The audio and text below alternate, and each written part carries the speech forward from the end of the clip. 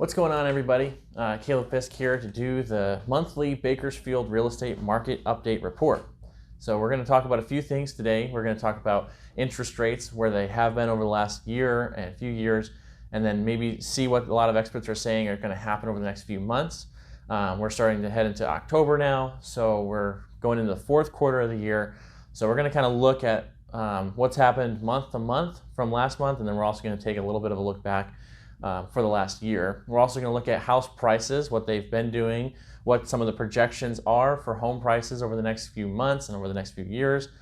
And then at the end, we're going to actually do a comparison between what we're seeing right now in both the national market, housing market, as well as the local market. We're going to do a comparison between from the last year to all the way back to 2007, 2008, and that crazy market that we saw. Because we're starting to hear a lot of headlines in the news talking about how this year looks an awful lot like 2007 and 8, where inventory is starting to come onto the market. We're starting to see housing prices fall. We're starting to see what looks like a crash and a collapse, and you've got all these crazy headlines going on that just seems like gloom and doom and scaring everybody. We're going to actually look at the data, look at what's going on, and what we're seeing in the market, actually seeing in the market right now. And then we're going to compare that to what actually happened 15 years ago when the real estate market crashed. So first, let's take a look at some interest rates going on right now. So we're going to look at a couple headlines here. We got U.S. housing market stares down an even bigger economic shock. Mortgage rates near 7%. Mortgage rates reach the highest level since 2008, and 30-year fixed rate mortgage jumps over 7%. Of course, the news is picking up on this like crazy, right? They want everyone to look at the crazy big numbers because that sells really well. Mortgage rates were at 3%. Some people were getting in the 2% range. Some people were super lucky. You got a couple in there almost just under 2%, which is just wild. Now we're looking at interest rates at over 7%. And we're hearing that the Fed is going to raise it even more by the end of the year, so it's just going wild all over the place. Mortgage rates rise for the 6th consecutive week. We have interest rates. This was as of the end of September here at 6.7%. They're even a little bit higher now, like those headlines said, over 7%. And we look at that all the way from January, 3.22% in January, and it kind of went up pretty sharply for the first 6 months of the year. Came back down. A lot of people were excited because we thought that we were going to start seeing more normal rates again. Then it just skyrocketed from beginning of August until where we are right now. Just been going nuts. So obviously, what's the point of these interest rates going up? The aim of the Fed tightening is to curtail demand in an effort to tame inflation. And when it comes to the housing market, the Fed's actions are actually working. This is according to Odetta Kushi from First American. Home sales, both new and existing, are falling. Builders have cut back production in response to a rapidly declining affordability, and annual house price growth has slowed from the peak of nearly 21% in March of this year to 6.7% in July. So we're starting to see the impacts of that. Buyer demand lower from the interest rates happening. We're starting to see that even in the lumber industry.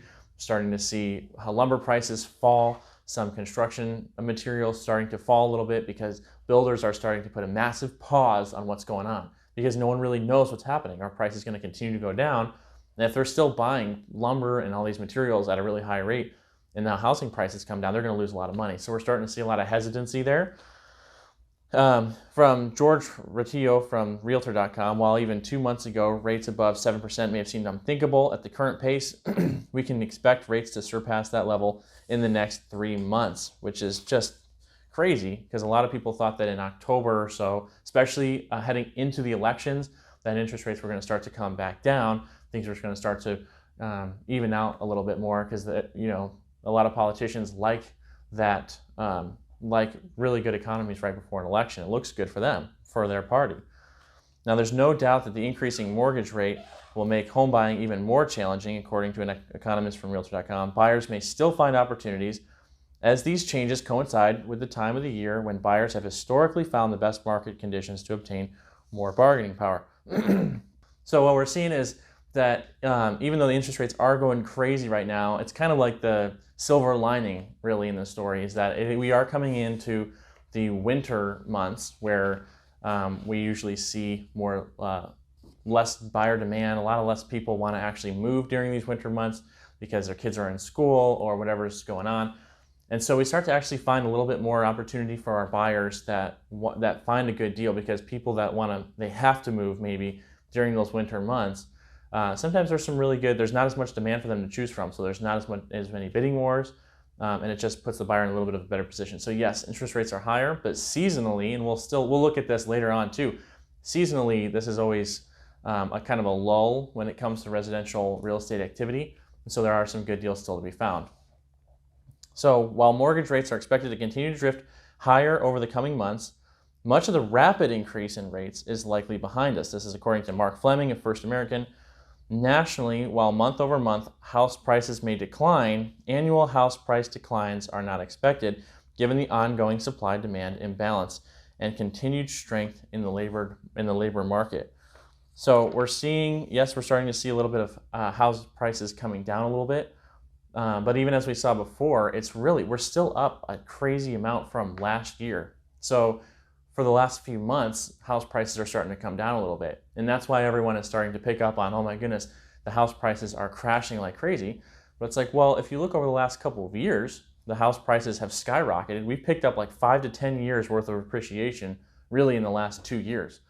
So yeah, we probably have some room to come down off of that. Also, interest rates were suppressed, like artificially suppressed for a long time. Down in those 2s and 3s is kind of crazy. And they probably shouldn't have even been down that low as long as they were, especially. So now we're starting to feel the after effects of that shooting back up. Prices are going to start to soften a little bit. But again, looking year over year, we're really not looking at depreciation from this time last year to now. We're really just looking at, we're coming back down off those numbers a little bit. So over the last few months, have you lost a little bit of value in your house? Yeah, probably. But if you go back 12 months, you're still way ahead of the game. So the root issue of what drives house prices, almost always, supply demand. We know this not just from real estate, but generally speaking in most businesses, supply and demand is what really causes a lot of the prices of things to go up or down. And the supply and demand ratio is changing very quickly. We can see this chart here. The number of showings, this is year over year, the number of showings has come down 12.2%. Again, this is nationally, while the number of active listings is up 26.9%. So fewer people are actually going to look at homes. They're less interested in buying the homes, and yet we have almost 27% more homes on the market. So more supply, less demand. That's going to start to finally take some of that upward pressure on prices away. Maybe we'll see a little bit more of a decline. And in some markets, they're feeling a much bigger decline. And that's what a lot of the headlines are picking up on. Some of these markets that were ridiculously hot over the last couple of years because just everybody was moving there. Whether it's some cities in Idaho were feeling that, some cities in Texas and Florida, a couple of these smaller markets where everyone was just flooding to these markets, they just got super overheated. And now it's starting to cool off a little bit because there's just less people selling, or more people selling, less people actually interested. Now we go to Ivy Zelman, who projects that the U.S. house prices are going to fall 4% in 2023, and then another 5% decline in 2024. Now, I bring this up because this is the stuff that the media really picks up on. They pick up on, they don't pick up on all the other analysts and experts and people that are making the forecasts and stuff that are projecting a little bit more normalcy, a little bit less of the craziness. They pick up on what's the extreme take and who can we get the controversial takes from. So this person from Zelman and Associates is projecting depreciation, but in the grand scheme of things, most analysts and most experts are actually not anticipating this kind of a depreciation. According to George Ratillo, again, not surprisingly, deals are not getting done with sales of new and existing homes declining for over half a year. Given that demand is cooling due to high borrowing costs, incomes falling behind inflation, and the still limited supply pipeline, it is becoming increasingly clear that prices have to decline to restore market liquidity and balance. And that's true. And now you couple that with a few analysts saying, oh, good, like we're going to see a huge depreciation and the market's going to fall. You start to feel a little bit more panic, especially in the media. Then, while the market's considered overvalued, may need to adjust to the not so new reality of higher mortgage rates, housing market fundamentals still support a moderation of annualized house appreciation rather than a sharp decline. This is according to Mark Fleming. So this is a little bit more of a voice of reason here that yes, we're starting to see a change in the market, but really what it looks like, and this is what we've been saying for the last few months, is we might see a little bit of a plateau. We didn't expect interest rates to come up this high and push the prices actually down lower. But as far as that crazy crash that everyone's expecting, we don't have a crystal ball. We don't know. It could happen. No one, there were people that saw 2007, 2008 coming. But here, there's things that people aren't expecting. There's always things. Wars happen. Things happen on a global economic stage that change things with prices and change markets that we can't really anticipate. But right now, the fundamentals of the housing market still show, yes, interest rates are coming up and they're starting to make the demand harder. It's starting to make buying a house harder. So of course, fewer people can afford that, which takes down the demand. And supply is starting to come up a little bit more from where we saw the last couple of years. So yes, more supply, less demand. You're going to start to see the house prices come down. But an absolute crash, we still have a good amount of demand. And we'll see that, especially here in the local market, when we look at some of the graphs here, we'll see that the demand is still maybe coming down a little bit, but there's still a lot of people looking to buy houses here in Bakersfield. There's still a strong set of demand, and the supply is actually starting to come back down towards normal. And so we're not seeing a crazy spike in inventory like we saw 15 years ago. John Paulson, who is a billionaire hedge fund manager, who called the 2008 crash coming before it actually happened. There were people that saw this coming 15 years ago because there was very clear signs that this was coming. This is what he says. We're not at risk of a collapse today in the financial system like we were before. It's true, housing may be a little frothy, so housing prices may come down or they may plateau, but not to the extent that it happened. Here's the thing that people often conflate with each other. That a recession, an economic recession, which we're in right now, automatically means that house prices come down. That's not true, because actually a majority of the recessions that we've had over the last few decades we've still seen housing appreciation go up. Like right now, we're seeing inflation at an all-time high. Well, what does inflation mean? Everything's more expensive, right? And houses are part of that too. Houses are going to be more expensive, and that's going to continue to go up. What happened in 2007 and 2008, the real estate market crash caused the rest of the economic recession. So of course, housing prices went down, but that was a fundamental problem with lenders and lending practices and a whole bunch of other factors. Inventory skyrocketed because everyone lost their homes and a ton of foreclosures happened all at once. Again, coming down to supply and demand. There was just so much supply in the market all of a sudden at once, and there just wasn't nearly enough buyers to handle what was going on, and then the house prices crashed. Right now, that's not what we're seeing. So could we see something crazy happen? A world war take place or something absolutely crazy that no one's expecting and crashes the housing market? Of course. Stuff like that happens, and there's no way for us to see. But are there the signs to look at what happened in 2007 and 2008? Are they here now? No, they're just different. It's not the same thing.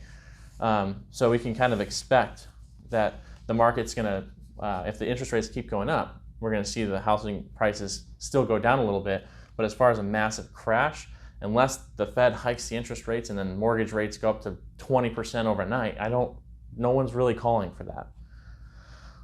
Mark Fleming says, when the economic uncertainty dust settles, those buyers and sellers who are on the sideline will jump right back in the housing game. Demographic trends support elevated purchase demand in the years to come. So it's really a question of when, not if, for the housing market.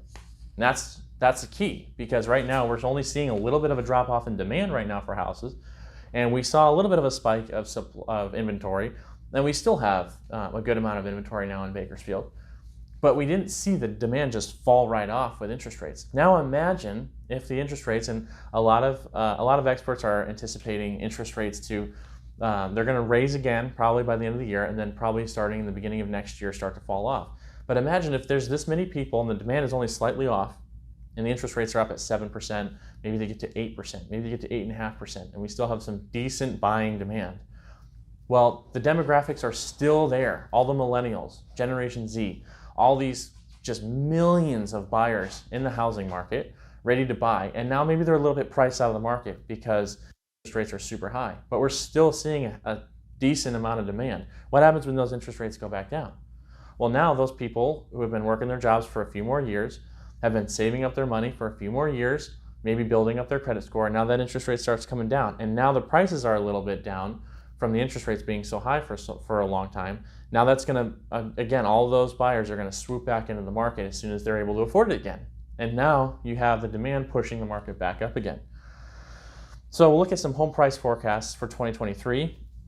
Zelman, who is the person that we quoted a few minutes ago, they're really one of the only experts that are, or analysts that are really calling for depreciation from next year, meaning that your house is actually going to be worth less this time next year than it is right now. And they're calling for a negative 4%. So 4% of depreciation.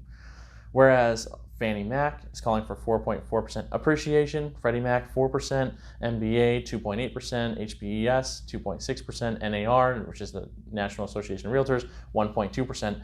And the average of all six, including the negative, the depreciation, is an appreciation of 1.8%.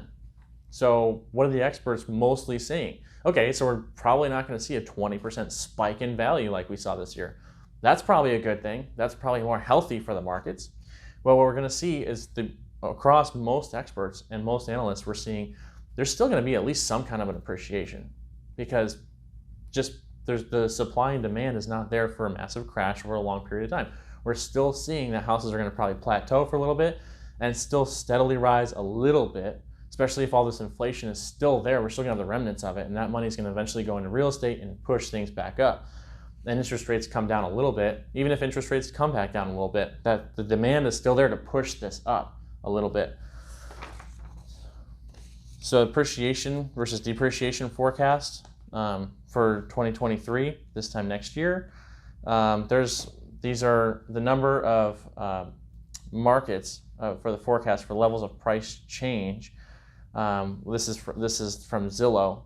57 markets that they're calling for 5% or more appreciation, 151 markets, 3 to 5% appreciation, 258, 1 to 3. Now you look at, there's 22 markets they're saying it's not really going to change. There's just over 200 there that'll depreciate 1 to 3%, they're saying, and then only 30 markets that they're calling out that might depreciate more than 3%. That's Zillow.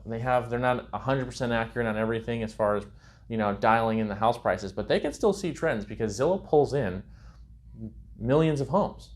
So they're constantly tracking the home sales, prices sold, and their algorithms are still picking up on that data. And these are what they're seeing as far as moving trends and people moving into the markets, moving out of the markets, what they're starting to see and trying to pick up for the next few years. Now here's another appreciation depreciation forecast for 2023. These are the number of analysts forecasting appreciation versus depreciation. Way more forecasting for appreciation than depreciation. The source here is HPES. So now we've seen kind of on a national level, we're seeing interest rates going up. We're still expecting interest rates to go up again for the next few months probably. I think the Fed said that they're going to try and raise it another 125 basis points. So we could see over 8% interest here by the end of the year. And that'll continue to stomp down demand a little bit because that kind of interest rate is getting crazy, especially with these inflated house prices that we've seen for so long. Last time we saw this kind of appreciation, house prices were really not anywhere near what we see today. So a lot of people were thinking, oh yeah, when I bought my first house, we paid 7 or 8% interest. We thought that was a really good deal because it was coming down. It's like, yeah, well, you paid that on a $200,000 house. That's a lot different than paying 7% interest on a $400,000 or $500,000 house. Or even crazier, if you're in the LA market or some of these other cities and you're paying for $1 million, $2 million or more, that 7% interest is going to be crazy high, and you're really going to feel that. Which is why Bakersfield, starting to get more on a local stage here, Bakersfield is still pretty strong because you have these people that still want to live in California. They still maybe work in LA or San Francisco, or they still just want to be in California, be close to the beach and the mountains and everything that California has. Well, it's so much harder to afford 7 or 8% interest, and it's so much harder to afford that in Los Angeles.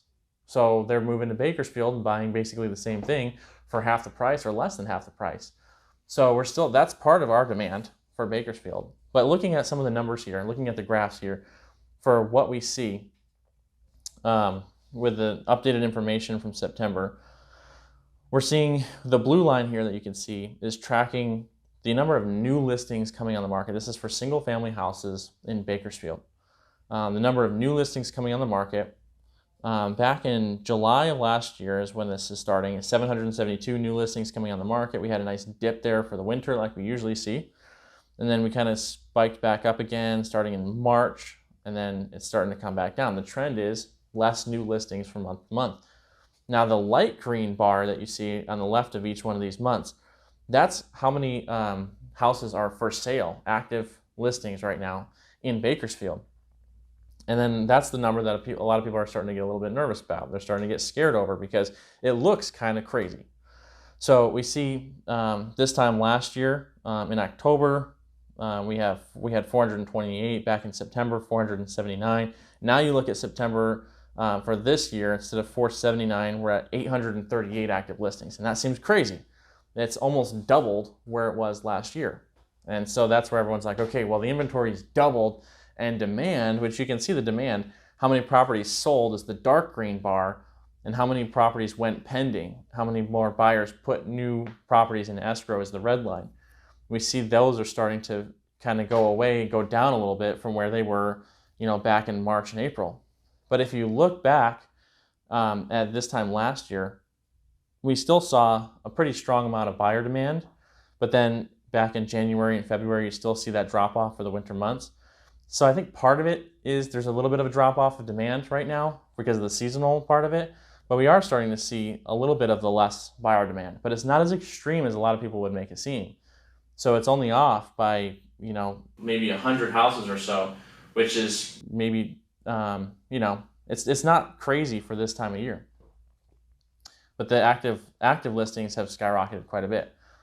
So this is where I want to compare us to 2007, 2008. Here's a 15-year graph showing the active listings versus the sold listings versus the new listings, and it really puts things into perspective. Now you see here in the 2021, 2022, you see that spike in the light green bars here, and it looks kind of crazy when we look at it just for the last few months. It looks like a massive spike when you look at it just in the context of the last 6 to 12 months. It looks like a huge spike. But then when you back out and you compare it to 2007, 2008, which is what everyone else seems to be comparing right now to the 2007, 2008 crash, look at the inventory that's on the market. That's just mind-boggling. Like the amount that it went up over the last 3 to 6 months, nowhere even close to what we're looking at 15 years ago. I mean, we went up from 400 to 800 houses. But then in 2007, over 4,500 houses, active listings on the market. That is insane. That's more than six times the amount of houses that they are right now. That's how much more we would have to go to get to where 2007, 2008 was. And then the demand fell because everyone was kind of scared of what was going on in the market, and so that demand fell. But you see, over the last 15 years, that dark green bar has remained pretty steady, and it looks very similar to the last few years. Now, look at even back in when the market started to recover a little bit, and you get to 2013, 2015, 2016. Even that number is way higher than we are right now. It's like double. In 2015 is double where we were right now. And that was a still pretty good year for real estate. Then the active listings started to come down a little bit. Prices started to go up. We know that the last decade has had a lot of good growth for prices. But let's keep that in perspective. When we look at what's happened in the last few months, prices are starting to come down. Okay, we're coming down a little bit. Buyer demand down a little bit. Interest rates are at 7% compared to where they were 2 to 3% over the last few years. And yeah, that's going to push demand down quite a bit. Inventory is going up a little bit, but most of it is still in the seasonal limits. And still, if you look back in the last 10 years, we're still really low when it comes to inventory. Like really low, even in the last, not even compared to 2007 and 8, we're even low compared to the last 6 or 7 years. So same with this chart here. This is the months of inventory, and we just did a video on what is a buyer's market and what is a seller's market. In this chart, you're going to see we were, July of 2021, we were at 0.7 months of inventory, super hot seller's market. Again, seller's market is anywhere between 0 and 3 months of inventory. Buyer's market is really like 6 months or more of inventory. Really, that 3 to 6 months is kind of a neutral market where it's just kind of pretty even and steady both ways. And now, if you look at from July of last year to now, it looks like a huge spike, and it looks ridiculous. Like we've tripled our months of inventory on the market. And that sounds scary. We're headed towards a big crash. But then again, when you back up to the last 15 years so that we can get 2007, 2008 perspective in there, man, that looks like a tiny little dip. And we're not even all the way up to where we were in 2015 and 16. We're still right about that 2 months of inventory. The crash had 17 months of inventory. 17. You talk about a buyer's market. That was a ridiculous buyer's market. There's people picking up condos here in Bakersfield for $10,000 a piece. I mean, there was just so much inventory. People were just looking for anything to get rid of their property. Just they had too much of it and they couldn't do anything with it. And a lot of people lost a lot of money on that. But see here, we're not even close to what that number was. We're not even at the rate that we're going. It would still take a couple of years to get up to where this was. And again, the problem last time was lending practices that were so loosey-goose that everyone could get a loan and no one qualified for it, and everyone lost their home all at once.